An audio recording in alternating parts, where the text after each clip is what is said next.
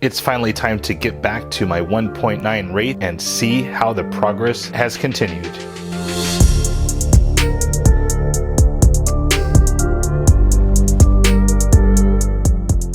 Hey everyone, Rich here from the RCNetwork.com, and today it's finally time to get back to the 1.9 Axial Wraith. Now, I did have to take a little bit of a hiatus there. The SCX-10 III came in, so had to kind of jump on that bandwagon, and I did a race buggy, the TLR 22X4, so I definitely invite you guys to go ahead and check out those videos if you happen to miss those, and I'll link those right in the upper right-hand corner of this video. Now, this is actually the fourth video in this series for my 1.9 Wraith. If you go all the way back to the first episode, that kind of went over the build and kind of what I wanted to achieve at that point. Now, episode 2 kind of went through the driveline and some of the electronics for the build, and then finally episode 3 was how to build those cool aluminum panels that I put on a lot of my vehicles in the past. So I wanted to do kind of like a tutorial on how to build them for the actual 1.9 Wraith. Now, in today's episode, we're going to be going over everything that I left off from the panel build episode. Now, I will be showing you some of the panels because I didn't really show all of it in the last episode, so we'll definitely take a look around my 1.9 Wraith at some of the panels I built for it, including those inner fenders. And we'll also go over everything I've added to the build thus far since the last episode and get you guys all caught up to date on how this thing is going. Now, the panels turned out really nice, and I love building panels out of that real thin 0.025 aluminum. Now, I built the side two panels, the roof right here, and then also the hood, and I did some inner fenders that we'll go over just a little bit later. Now, like I mentioned, you may want to check out the build video of those panels, but I basically just took some scrap cardboard, made templates, and then transferred that to the aluminum, and then just cut that out with some tin snips, filed everything down, cut the holes for it, and then mounted it to the truck. Now, the hood was a little bit trickier, and I did this kind of bend up here in the front, and everything turned out pretty well. I did have to space the hinges up just slightly, just so I could clear and actually get a battery in. So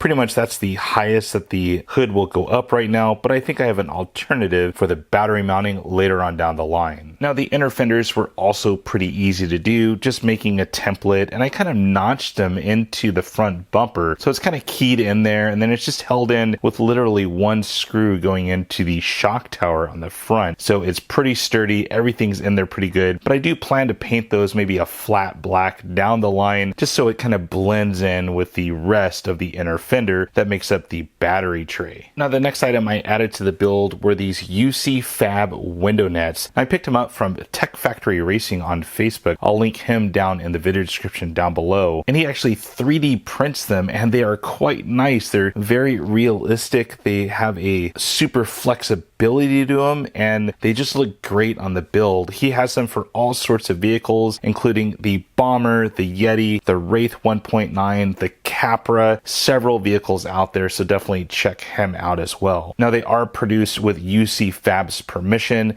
and they have a great little UC Fab logo on them, just so you know which window nets you got. Now, wheels and tires, I did switch it up a little bit. Now, I ended up going back to the VP wheels. These are the Method 105 wheels. I got the blue anodized version with these silver rings. I've actually had these on other builds in the past. And then, of course, I did mate them up to those J Concepts landmines, and I'm a super fan of these things so far, just crawling around in my driveway over a few obstacles here at the house, and they have some great traction. Now, I did choose to vent my tires like I do all of my rigs with just a simple 1/8 inch hole on two sides of the tire. It really makes the inner foams work, and I'm just using the open cell foams that came with the tires for right now. We'll have to see how those do down the line. Now, I did leave the stock headlights in there. Now, the 1.9 Wraith actually comes with front LED lights, but it's plugged into that AE5 style of ESC. I simply cut that off, put on a standard receiver plug, and then straight into my new receiver, and now I got some lights.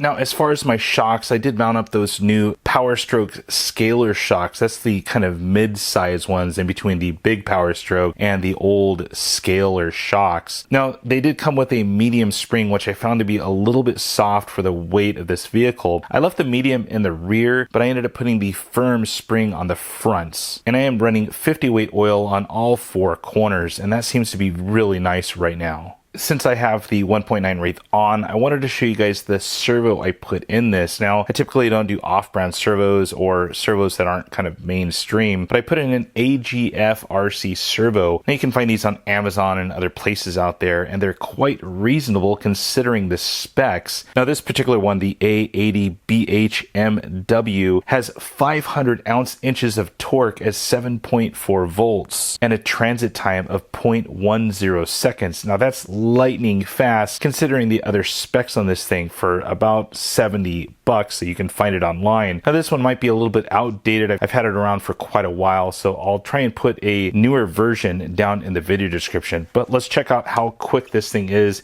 and also how quiet it is, which I was really shocked about.